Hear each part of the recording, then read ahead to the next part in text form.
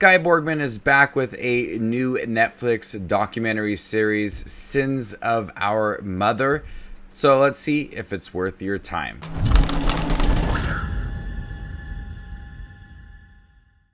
Hey everybody, my name's Justin here. Try to watch everything that hits theaters and on Netflix. If you guys are like me, make sure to hit that subscribe button for more up and coming content. When Lori Vallow's kids vanished, the search for them unearthed a trail of suspicious deaths, a new husband who shared her doomsday views, and murder. This new documentary series, directed by Skye Borgman, focuses on a very recent crime that was centered around Lori Vallow and her recent husband and the death of two of her children.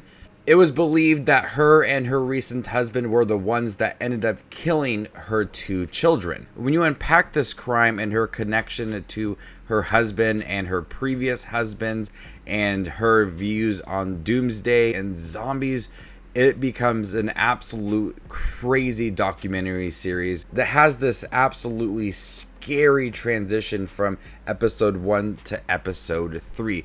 Skye Borgman has this insane buildup as she weaves together present day interviews with Lori Vallow's son Colby. There's the use of home video, body cam footage from various police calls, audio from Lori text messages between her and her husband, and a lot of it is just so emotional to read and listen to as she is trying to protect her children, and she wants to enter a safe place in heaven as she sees that this doomsday is coming and she has to protect herself and her family and kill off other people who are not worthy of it, as she calls them, these zombies. Seeing this progression of her when she was younger and her family and being on Wheel of Fortune and being on a beauty pageant and having several marriages and moving to Hawaii and then just slowly losing control of her family and being distant from everybody and being very suspicious of what she is doing,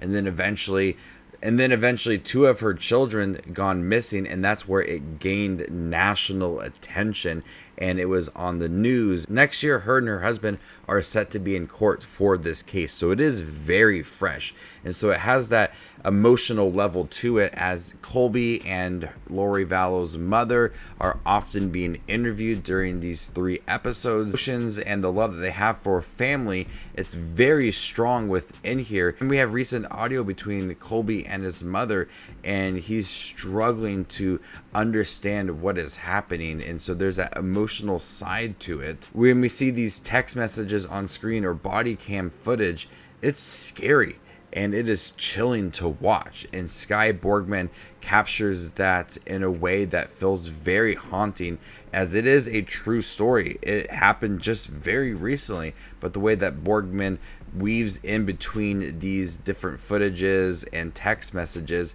makes it for a haunting view. It has a great build-up from beginning to end in that first episode, establishing the family unit and the love that everybody has for each other, but you just understand that something is just not right. I don't recall much of this case, and it is just very recent, but when watching that first episode and the way that it is presented, I do get the sense that something is absolutely wrong with Lori Vallow and the way that she is handling her family and being very mysterious. And then we understand more of her religion and her views on everything and her connection with her most recent husband and him having those same views. It's chilling to watch that connection grow stronger as the family is starting to fall apart. And Skye Borgman does not hold back on those emotional moments. A lot of it does feel raw when we have footage of Colby uploading videos to YouTube, urging for his mother to release the children, and we've seen him being interviewed and how he's feeling about everything as he lost his sister and his brother, and he's fighting back all of these emotions, and Borgman does not hold back on any of that and presents it in a way that feels very emotional, but also scary to listen to, as he's describing what had happened to his family and how they fell apart. And we see that progression from that first episode. you do get the sense that they did have a very strong relationship and they relied on each other. Certain moments in Valo's life start to fall apart, and we see that all happen since it is very recent, and there is a lot of footage, a lot of text messages that they could present on screen, a lot of audio and body cam footage. There's so much that Skye Borgman can use and weave it together to give it that chilling atmosphere. Skye Borgman has done a great job this year with some of these Netflix documentaries.